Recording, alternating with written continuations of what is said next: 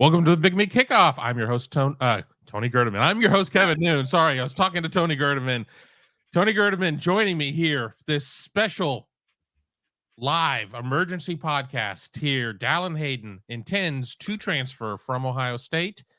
Just recently, I was able to get my own confirmation on the multiple reports out there. So, not exactly what I was expecting. Can't we just have a little WrestleMania afterglow? Damn Eclipse, John Calipari, Dallan Hayden. I'm never going to get to look in the sky. This might be the best thing for you, Kevin, and your eyesight. So I don't know if this will keep you until about 4 o'clock being busy. If not, something else will probably have to happen just to, I don't know, maybe like your water heater is going to spring a leak. Don't want to throw that out there. Shut your mouth. I just replaced it last year. So anything to keep your eyesight from looking up to the sky and burning out your retinas, your rods, your cones, all those good things.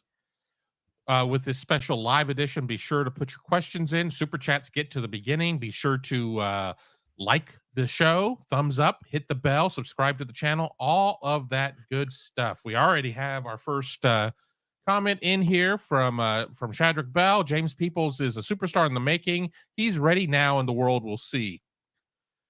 Are we going to be looking at a situation of where Ohio State will be playing more than 2 running backs? Because last year they had their rotation with Mayan, with Trevian, with out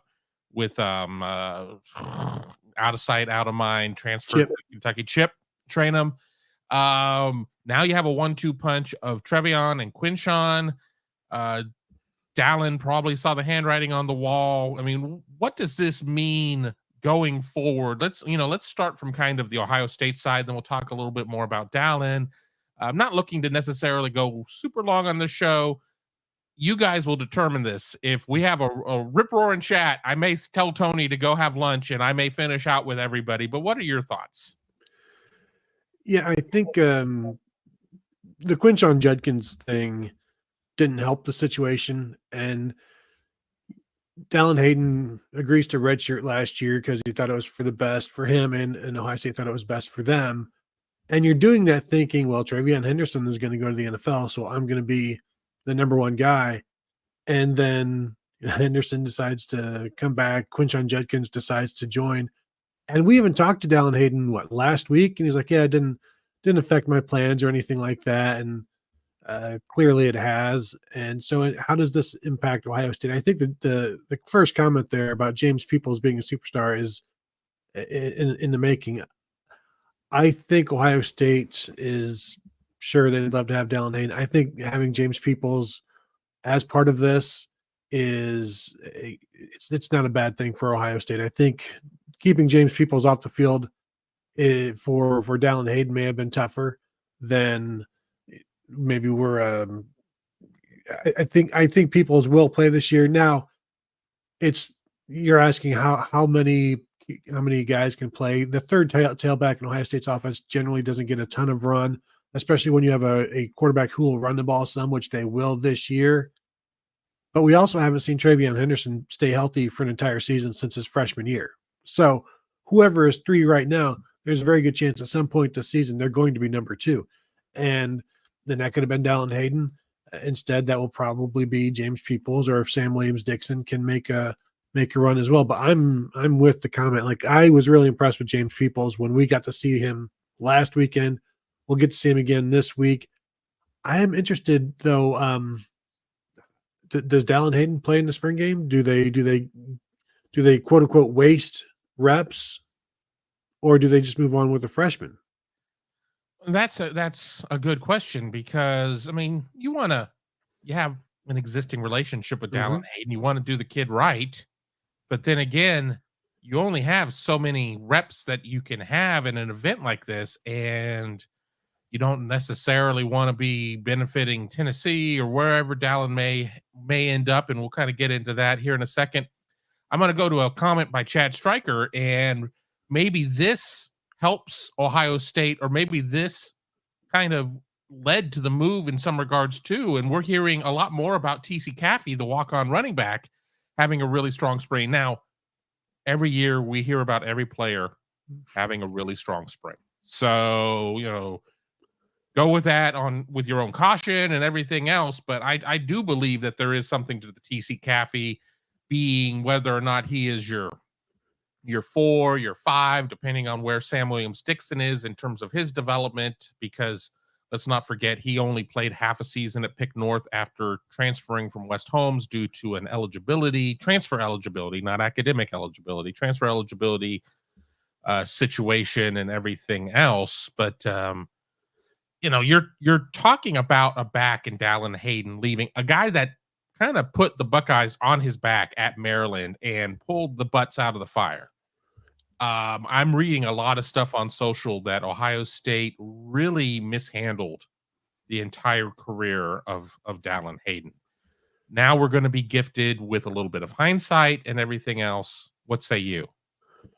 Well, I have people saying, gosh, I hope he doesn't go to Michigan. And if you're saying his entire career at Ohio State has been handled by mishandled by Ohio State, that would be it's being mishandled by Tony Alford, because it's the position coach that determines who plays in the games. And so I wouldn't expect him to go to Michigan unless he is willing to watch Donovan Edwards play instead of him or something like that. I think the early money is probably just on going to Tennessee. His dad played there, so there's that. But in terms of TC Caffey, he could be playing he could be on scholarship somewhere else. So that's the kind of walk-on running back that he is, as probably the 4 or 5 guy now, because this is what, his 3rd year, so he's got some veteran grit to him that might put him ahead of say Sam Williams-Dixon, something like that. So I still think they're good there in terms of the numbers. I don't think you can. I don't think you need to go into the portal necessarily. They could. There was the kid from UMass that is in the portal that is a possibility, and that would make more sense now than it would have 2 weeks ago when we first started hearing about it. Although maybe we started hearing about it because this has kind of been known on the inside, and so you're not going to be getting somebody who wants to star from the portal, but you could be getting somebody who just wants to take that next step and vie for a national championship. Yeah, and that UMass running back is from Warren, Ohio. So there are some natural ties there, and he's had his 4 years. I mean, this is a grad transfer situation. This is not somebody coming in looking to play 2-3 years or whatever, only to get swallowed up by a depth chart or whatever. So it does make sense. But let me even bring it a little further, and probably need Mark to talk about this more, but recruiting wise, there to somebody at Ohio State about this class of 25, and they were going to take 1 running back. This is only going to be a 1 running back class. Well, now, even prior to this Hayden news, it was going to be a 2 running back class. Going to be a 3 running back class. If Trevion Henderson and Quinshon Judkins are gone after this year, you get really young really quick. I mean, you assume James Peoples will be a true sophomore. Sam Williams-Dixon will be a redshirt freshman. TC Caffey, I mean, maybe he earns a scholarship. I mean, he's a little bit older than these guys, but Ohio State had a year where it did not take a running back. When it lost Mark Fletcher, it did not take a running back that year. It took Wiltrell Hartson out of the portal, or I'm sorry, out of as a preferred walk-on, who then portaled out of Ohio State after a year. But this is a 3 running back class. I mean, this is probably the year to have that when you've got Jordan Davison, Bo Jackson, Byron Lewis is coming up from South Florida for the spring game. Granted, we know even if he commits to Ohio State, that just means Miami's going to be looking. I mean, is this a 3-back class? Well, they tried to last year, but it's hard to get that 3rd back when all of the other schools are saying, why would you go be number 3 somewhere when we'll make you number 1? You are our top guy. You're not number 3 with us. We don't need anybody else. We just want you. So you'd have to find the right guys. I think maybe, and you can't necessarily count on a guy like TC Caffey, because we've seen over the years where those talented walk-ons eventually want to be on scholarship, and so they will transfer out. We've seen it at receiver. We've seen it at running back. We've seen it on the offensive line, where eventually it's just like, you know what? I can't play. This has been fun. It's been a dream to be a Buckeye. I've lived that dream. Now I want to go be a starting running back, because I would also maybe, if possible, be able to put enough film out there for the professional ranks to see me. And I'm not going to be able to do that at Ohio State. So there's that aspect. And, that I think they'd like to bring three. I just don't think it's really that feasible, because it's tough to convince three guys.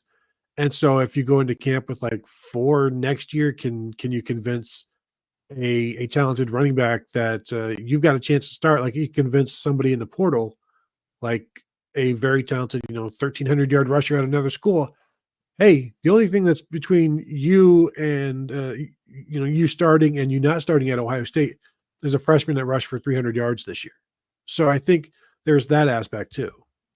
I'll get to the super chat here in a second. My thoughts on this, though, is this is a different sell job to try and get three backs, because you're not trying to sell with Trevion Henderson still being on the roster. And, we could sit there and take the question. We didn't know about Quinshawn being in the mix at that point.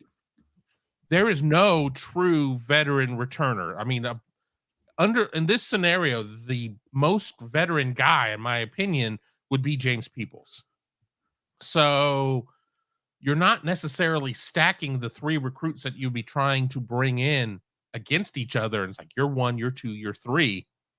You're telling player A, you're one. You're telling player B, you're one. You're telling player C, you're one. So you're telling all of them, you have a chance to come in and be the number two guy at worst. And you're also going against a guy who realistically is not going to get past the number 3 chair in 24, barring, insanity or whatever. Trevion and Quinshawn are 1 and 1. So you're not, I think it's a little bit of an easier sell job at that point, but I think when you do it, maybe that third back has to be somebody who is a little lower ranked. That doesn't mean he's less talented, because, we know rankings are subjective to begin with, but somebody who, I've been an underdog my whole life. I'm going to come into this situation and I'll show you. I'm going to come in and be the guy. So I don't know. I think it creates a lot of questions. And the problem with these emergency podcasts are, I know for me, Tony's great, but for me, I haven't had a chance to bake all of this in my mind yet. So, I mean, I'm talking this through with everybody here. But if you have a thought, we'll jump on that. If not, I'll get to the super chat. The best damn pod in the land. I just can't read today. Sorry, Kev. My super chat is connected to my pod name. I've been in the UK as opposed to UK lately, so haven't been able to be on as often. Go Bucks, chat. Thank you for the super chat. We appreciate all super chats. We appreciate everybody. Once again, hit that thumbs up, hit the bell, subscribe to the channel. We just broke 20,000 subscribers on the channel a month ago. Our goal is to get to at least 25,000 by the start of the season. It happens one at a time. So if you are not subscribed to the channel, you have no excuse. Don't cost nothing. Just subscribe to the channel. And if you really want to help us out and you're not a super chat type of person, check us out at Buckeye Huddle. We have all the news there. We're going to go through all of the minutia of this coming up here over, the next hours, days, whatever. We're getting ready for the spring game, and I have a lot of exciting content set up for that. This morning, Tom and Tony recorded a podcast about something else, just kind of out of left field in some ways. What was the show that you guys knocked out this morning that I'm like, nope, I'm too tired. Go ahead and do it.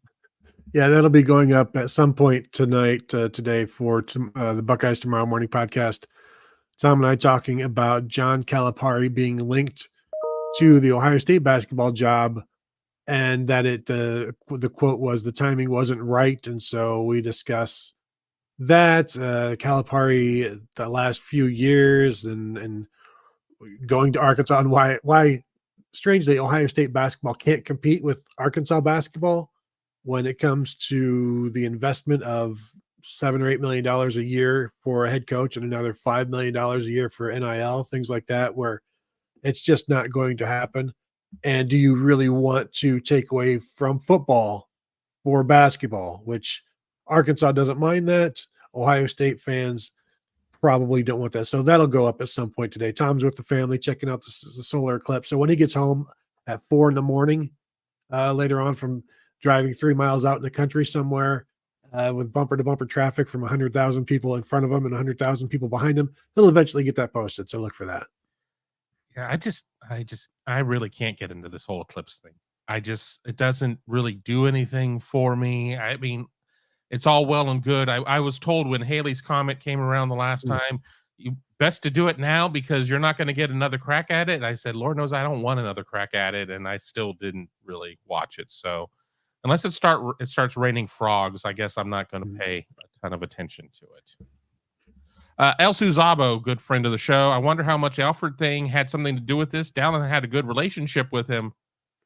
We kind of touched upon this. You can have a fantastic relationship with your position coach. If he is not calling your number, how great is that relationship really? Because Ryan Day empowers his position coaches to kind of handle staffing of of how guys are going to see playing time or not see playing time. And for whatever reason, Dallan Hayden, unless he was the last guy standing, was not getting his due. And so, you know, I will take Sue's comment like this though. Maybe Dallan, his last bit of whatever tied him to Ohio State was Tony Alford. And when Tony Alford leaves and they bring in Carlos Loughlin, and it's not that he wasn't jibing with Loughlin, but it wasn't his guy. Maybe at that point it was just like, well, I'm out of here. So it has nothing to do with following Tony anywhere, but without Tony in the program, it's just like, well, I'm not playing. My guy's not here. Let's, what are we doing here? Let's figure it out. Yeah, I think it's, you know what, everything else is happening. Let's make this happen too, and just start somewhere new with, a place where you can choose and that you're more comfortable with, and that you have a much better opportunity to play. And it kind of ties in with the comment from CDSDs about, I feel it's hard to believe that Carlos Loughlin evaluated the running back room that quickly to say Dallan wouldn't get playing time this year. We talked with Dallan Hayden last week, and he was not the most energetic guy, but he never is. But I think I saw somebody else mention that he kind of looked depressed in that video, and that's not terribly unusual for what he's like when he's talking to people, because he doesn't necessarily love doing it. Also, he doesn't get a lot of opportunity to do it because you have to play basically to be able to talk to people. And so I don't know, looking back now, we might be reading too much into his demeanor. But yeah, I just feel like this was an opportunity for just a clean break, and certainly an opportunity for not just more playing time, but there's an NIL opportunity somewhere more than he's getting as the number 3 running back at Ohio State. So he'll be able to just be out there on the market and see how things go. And now that the report is out there, people can start getting their ducks in a row.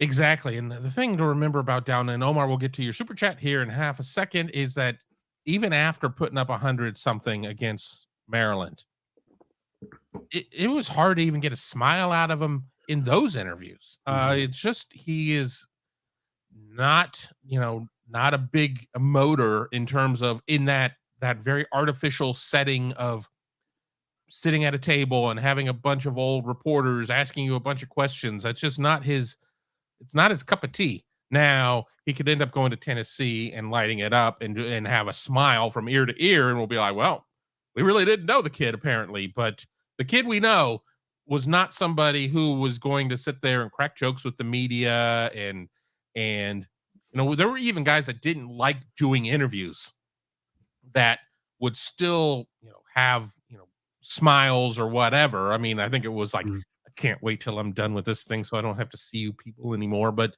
with Dallan, I mean, you had to kind of hold a mirror up under his nose to see if he was still alive, because I mean, he just did not break the character that he had. No, he always kept it kayfabe. Is that right, Kevin? Or is that the opposite? There's there's so many terms. I mean, kayfabe is, don't make me look it up.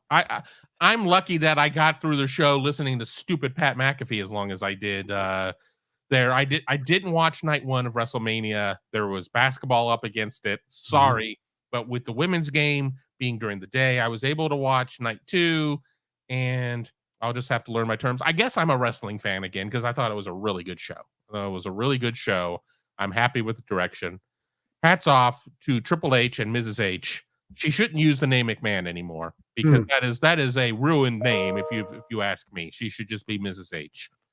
Omar Austin, I'm going to be a problem after I get my powers during the eclipse.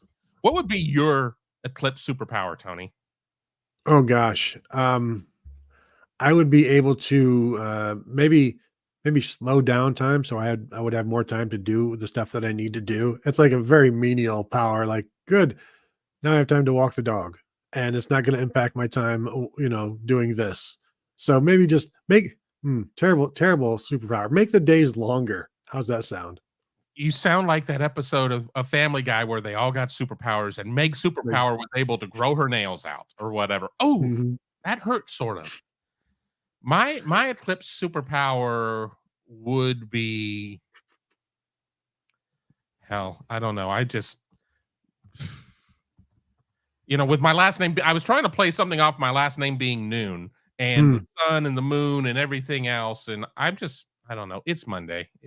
So okay. Apparently Tony wants to ban Odysseus, so I have to see what's going on. Oh, here it is. Turning anything into catsup is Tony's superpower. Well, ketchup alchemy. He is already a superpower. He already has a seat at the Hall of Justice because he does turn anything he can into catsup.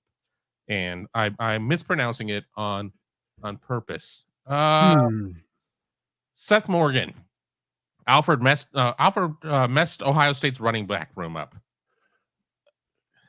There are a lot of ways to kind of interpret that one. Is it a case of a mismanagement of Hayden, if that is the belief? And I do believe that they did not utilize Dallan Hayden the way that they should have. Is it a matter of his leaving when he did, which of course you can say, well, if he didn't get a contract extension from Ohio State, then what's going on there. But do you believe that Tony Alford, willingly or unwillingly has messed up the Ohio State running back room? Oh, if I say willingly, does that just make him the most evil person? He willingly messed it up, and then he went to Michigan, all on purpose. I do think that's an origin story right there. Yes. But if you go back to that Maryland game, and I believe the numbers, he finished with 27 carries for 146 yards, carried the Buckeyes, but I believe in the second half of that game, he had 26 carries for 143 yards. And the week before that against Indiana, he had 19 carries for 102 yards. So basically, since those 26 carries in the second half against Maryland, when he carried Ohio State to a win, 43-30 win at Maryland, that wasn't always guaranteed to be a win. Since those 26 second half carries, he had 30 carries the rest of his Ohio State career. And people will talk about, well, the pass blocking wasn't there. You know what? The running was there more often than not. But then you even go back and he averaged 5 yards a carry as a true freshman, which isn't great. It's very, very, it's pretty average, but he was a true freshman doing that. And he did a good job of getting to the line, getting past the line, and keeping them on schedule. That was maybe his best skill, is just keeping Ohio State on schedule. It's something that Travion Henderson struggled with at times, getting tackled in the backfield or not getting anything. But I think in terms of mismanaging it, this is still a situation where at the end of the 2022 season, rather than running the ball with Dallan Hayden, you're running the ball with Chip Trayanum and Xavier Johnson because of injuries.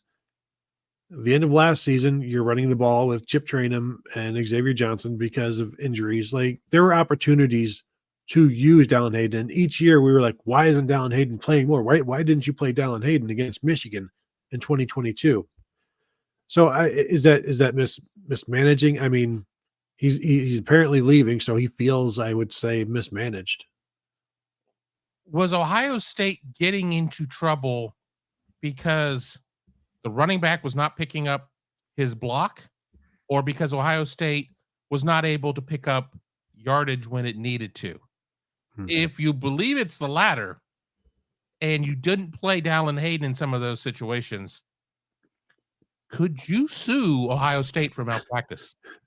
Could you sue Ohio State for malpractice? Because yes, it was not a case of like where Evan Pryor, when Evan Pryor was a true freshman and they brought him in at one point and he tried to block somebody and they took him for a ride. They took him into Mirror Lake. Dallan Hayden was not that poor of a blocker. Was he out there? Was it like, the best blocker at running back on the team? No, but he when he was going, and we have a very limited sample size here because outside of Maryland, as Tony put it, just the sheer amount of carries that he had moving beyond that, I think there is a little bit of malpractice there. And I think that's where it's going to be important, bringing this all full circle. Ryan Day as a CEO head coach, maybe we'll have better vision of, I think we're screwing this one up. I think we're not doing this right, as opposed to being the play caller and being lost in the mix and just putting everything on your lieutenants to make the right decisions.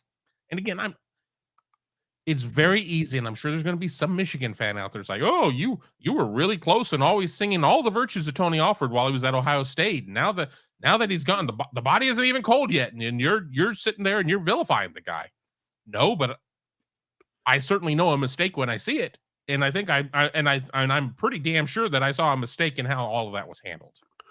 In terms of the malpractice, there is malpractice insurance. Every university has it, so you don't have to worry about that. Jackson Johnson says, let's get Buckeye Huddle to 25,000 subscribers. I believe Jackson is involved with the Mark Rogers show, the Mark Rogers channel. So be sure to catch Tony and myself over there on the Ohio State Buckeyes Live. I have to think about that. Voice of College Football. We have a good time doing that show weekly.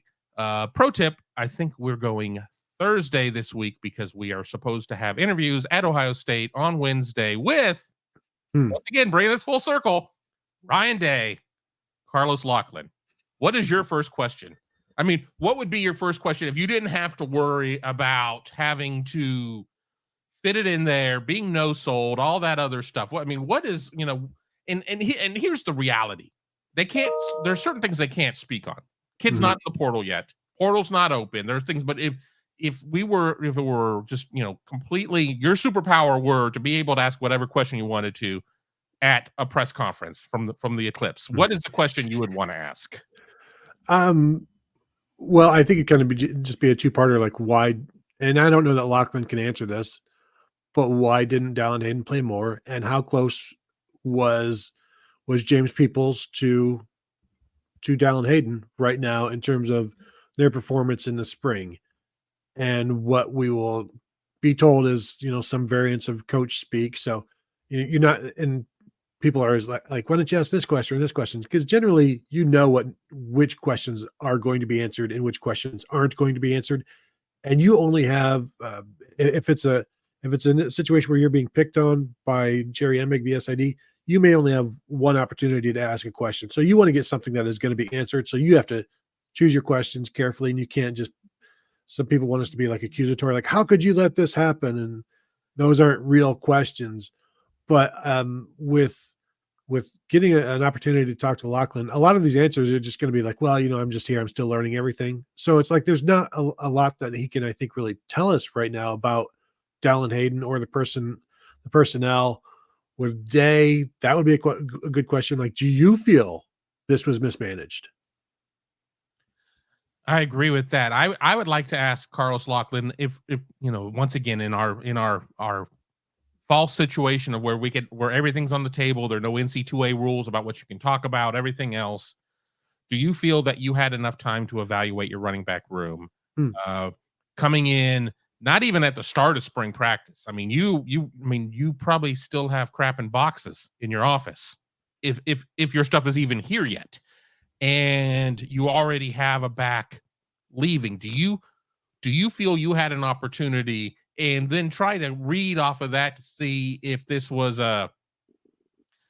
both parties are like, yeah, we should probably just have a break, or did this blindside you? Were you not expecting this? Did this kind of come out of left field? Was this something that, you're having, the ball is playing you instead of you playing the ball? And again, we know that there's no real answer for this, but that's what I would want to know.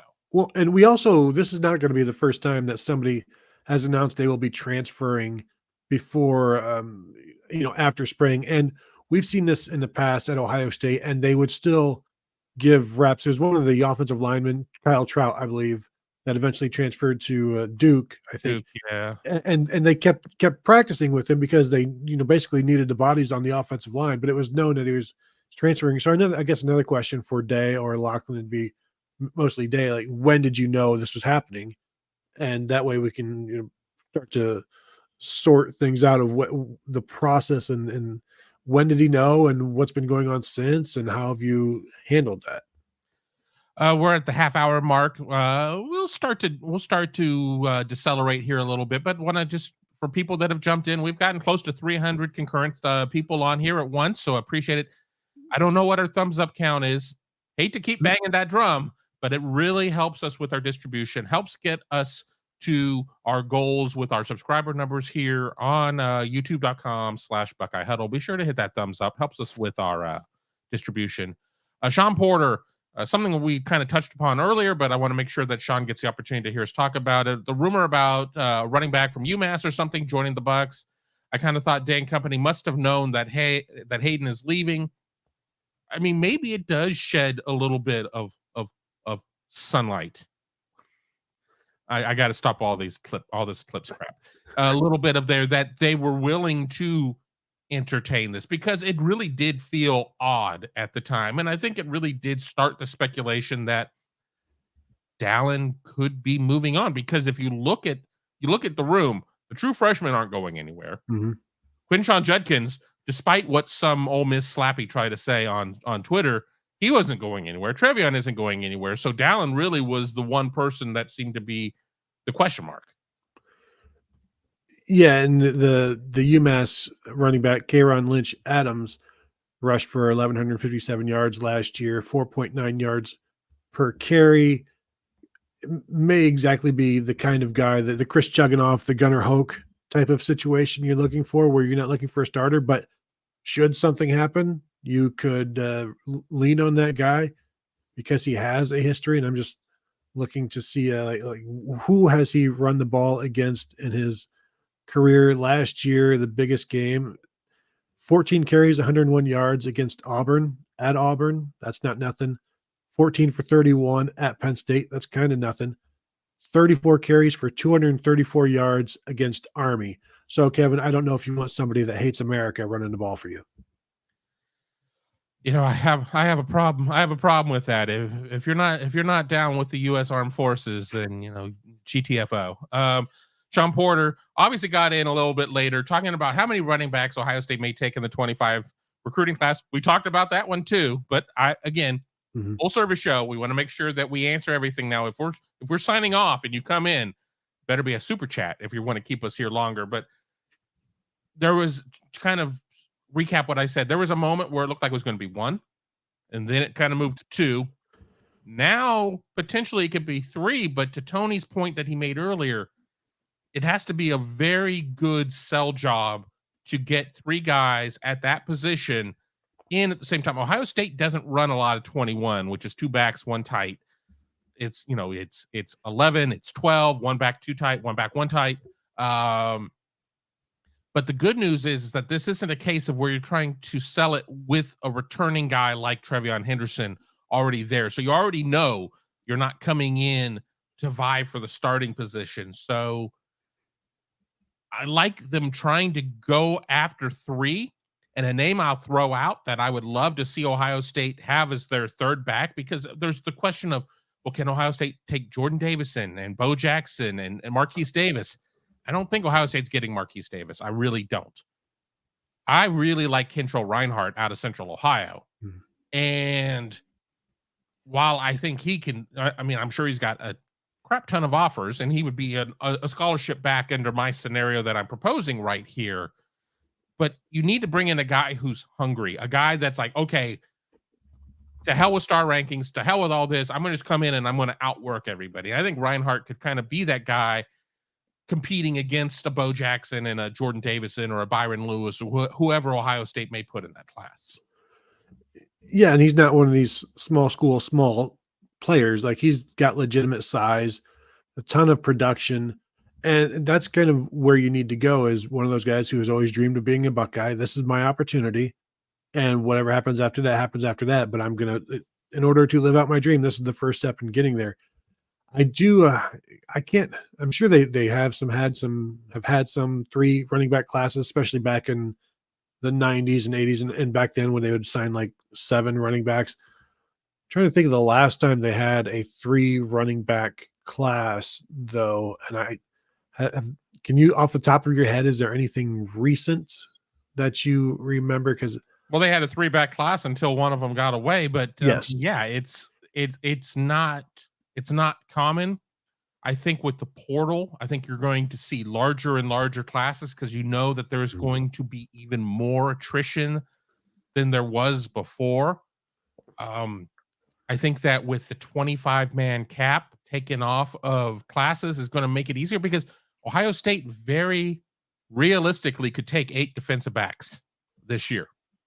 And if you had a 25-man class cap, you're saying, okay, we're going to put 1/3 of our class in the secondary.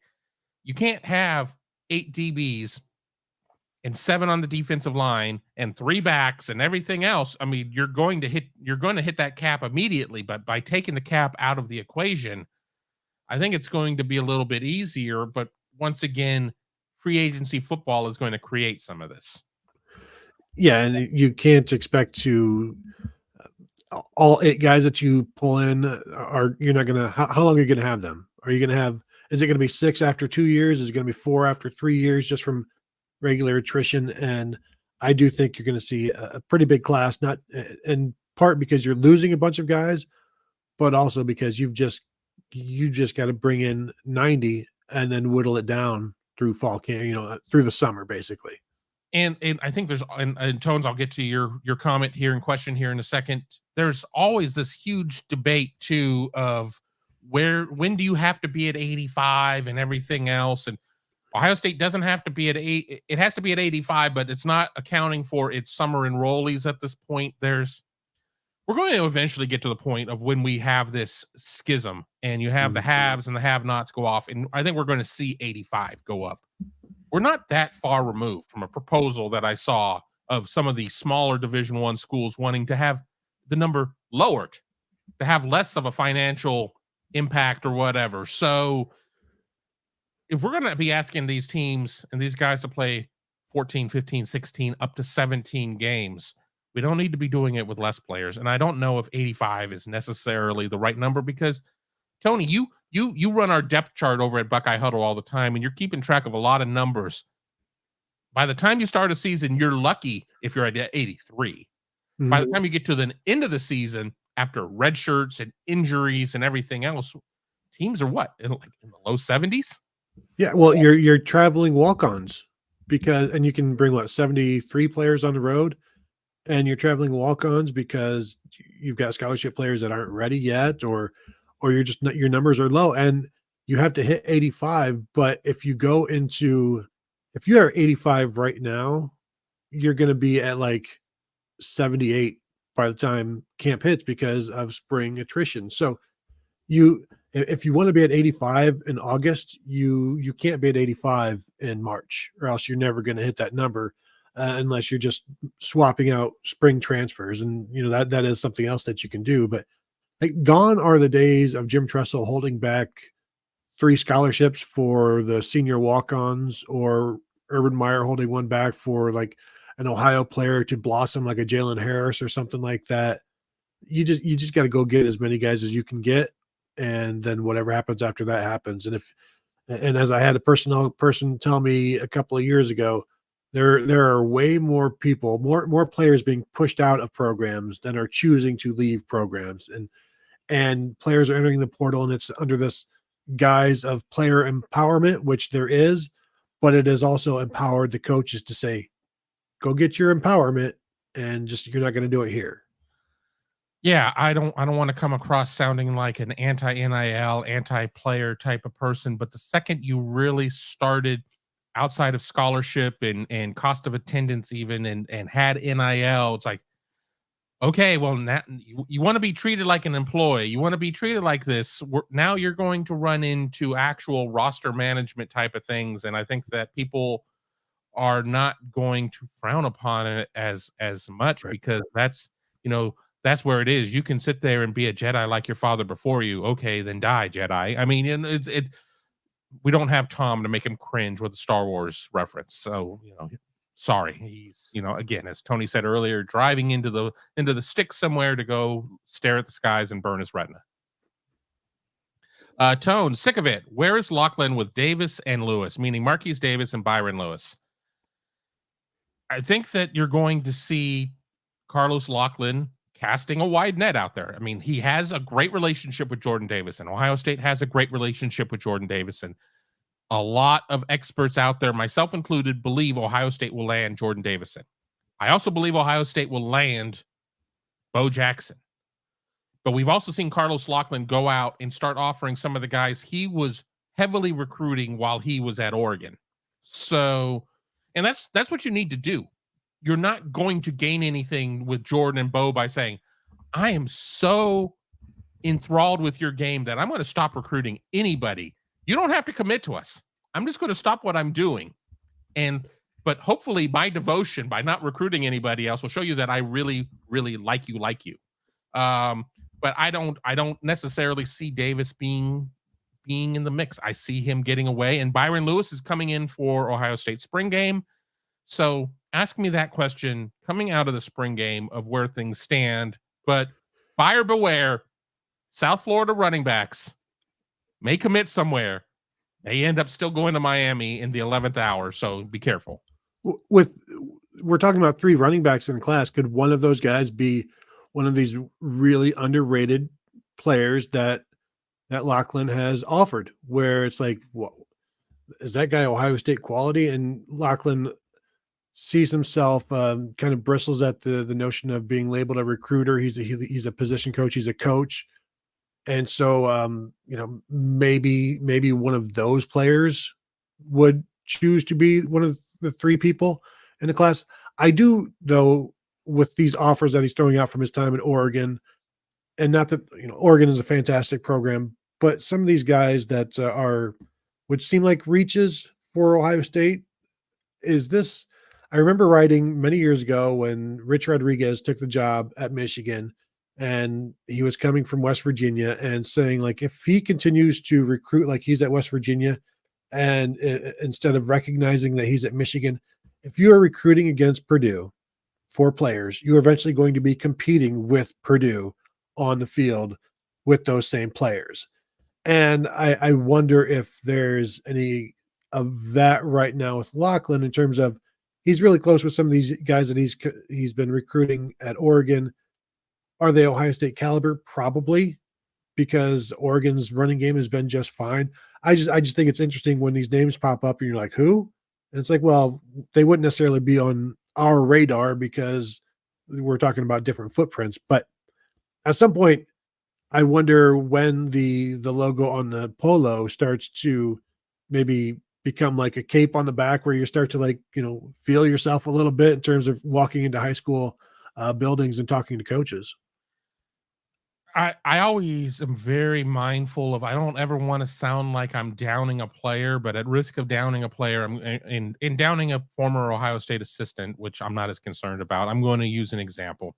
Alex Grinch comes to Ohio State, recruits Bryson Shaw.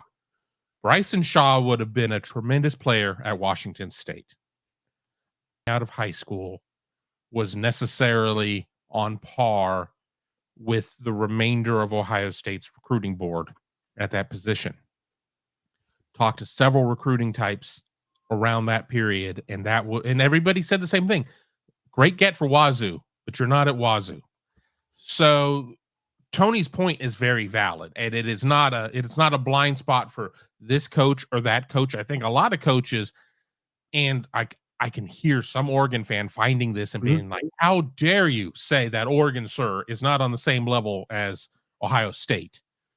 But there are still some very vast, dramatic differences between the two programs, and maybe the profile of the players that you're recruiting. We're not necessarily talking about the old Pac-12, and it's weird saying that, the old Pac-12 of being a defensive stalwart type of league. you have, tremendous offenses and then some dudes on defense, and that's where it kind of goes. So I don't know. We're kind of getting to the 45-minute mark. I really want to start decelerating here, but I want to thank everybody for being here. We've had a lot of great questions, comments, interactions, but I really was not expecting this to happen today.